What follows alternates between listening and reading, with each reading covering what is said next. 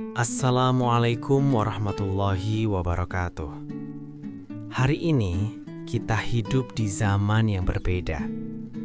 Zaman di mana organisasi Islam bukan lagi sekadar tempat belajar, bukan lagi sekadar ruang untuk memperbaiki akhlak, tapi sudah menjadi kekuatan besar dalam sosial, dalam politik, bahkan dalam ekonomi. Kita semua mengenal organisasi besar seperti Nahdlatul Ulama dan Muhammadiyah. Keduanya punya sejarah panjang, peran besar, jasa yang tidak bisa dihapus. Mendidik umat, membangun sekolah, menyebarkan nilai Islam dengan cara yang damai. Namun, justru karena besarnya itulah, tantangannya hari ini juga semakin besar. Ketika organisasi sudah sangat kuat, maka ia tidak bisa lepas dari kekuasaan. Dan ketika sudah dekat dengan kekuasaan, maka kepentingan mulai masuk. Perlahan tanpa terasa. Dari dakwah menjadi pengaruh. Dari pengaruh menjadi kekuasaan politik. Dari kekuasaan politik masuk ke jaringan ekonomi. Dan hari ini, kita melihat sesuatu yang dulu mungkin tidak terbayangkan. Organisasi yang membawa nama agama mulai masuk ke sektor-sektor besar, seperti bisnis skala besar, bahkan tambang. Di titik ini, kita harus jujur. Ini bukan soal halal atau haram semata. Bukan sekadar boleh atau tidak, tapi soal arah.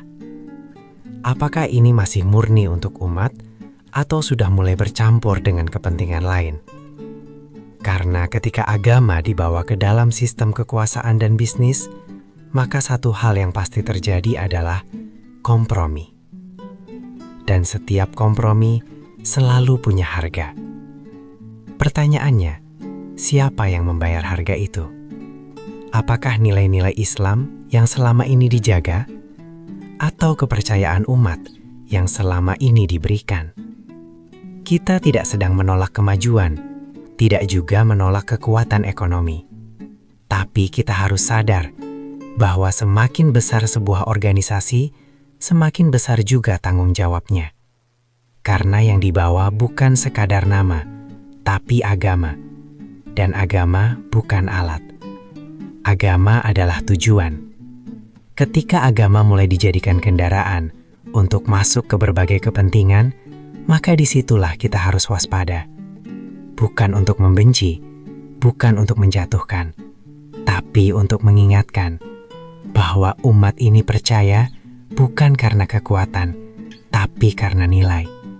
Kalau nilai itu hilang, maka yang tersisa hanya struktur. Dan struktur tanpa nilai tidak akan membawa keberkahan. Maka hari ini, kita semua punya peran. Bukan hanya organisasi, tapi juga sebagai bagian dari umat.